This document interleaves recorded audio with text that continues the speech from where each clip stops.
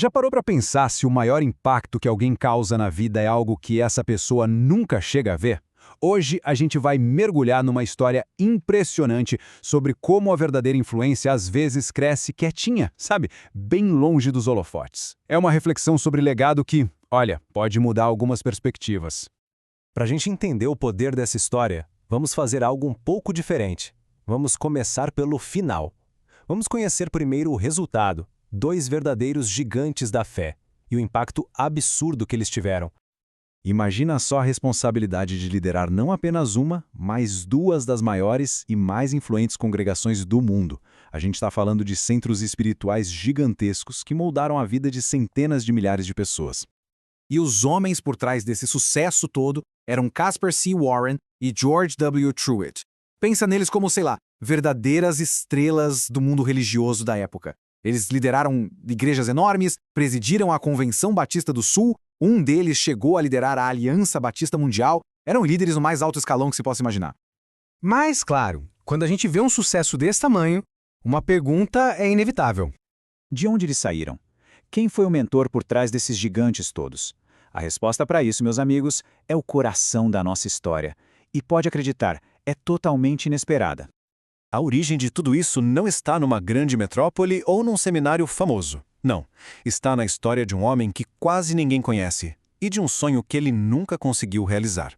Então, conheçam Josiah Elliott. Ele não era famoso, não tinha uma igreja gigante. Por quase 50 anos, ele dedicou a vida a servir em pequenas comunidades rurais, bem longe de qualquer tipo de destaque ou reconhecimento.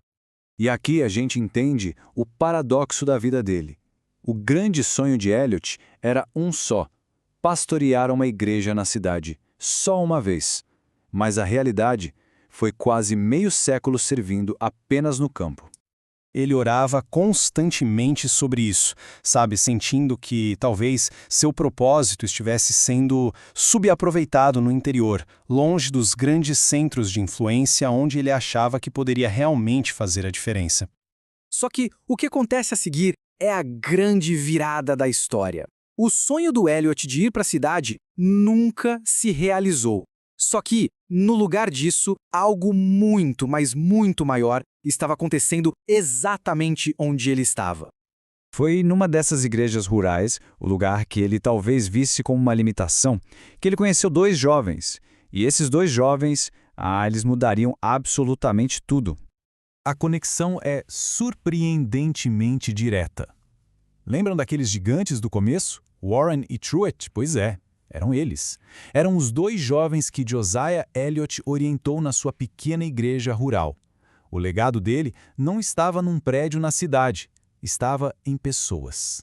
E o impacto foi exponencial. Pensa só, começou com um homem, que influenciou dois, e esses dois, por sua vez, alcançaram centenas de milhares de vidas. O que começou como uma pequena semente numa igreja de interior se tornou uma onda gigante de influência mundial. E aqui está a grande ironia da história. O lugar que Elliott via com frustração, o campo, foi exatamente onde o ministério dele deu os frutos mais incríveis. O fracasso em conseguir o que ele queria foi, na verdade, o palco para o seu maior sucesso. É impressionante, né? Então, o que essa história do Josiah Elliott realmente nos ensina sobre o que é um legado de verdade? A grande lição é que a verdadeira influência nem sempre é óbvia, nem sempre é direta. É como jogar uma pedrinha num lago. A gente lança e o efeito se espalha muito além do que os olhos podem ver. O maior legado de Elliott não foi o que ele construiu, mas quem ele inspirou a construir. E isso nos deixa pensando, né? Talvez a gente esteja medindo o sucesso do jeito errado. Talvez o maior legado não seja o que se conquista pessoalmente, mas as sementes que são plantadas ao longo do caminho. A história de Josiah Elliott nos força a perguntar: onde é que reside o nosso verdadeiro impacto?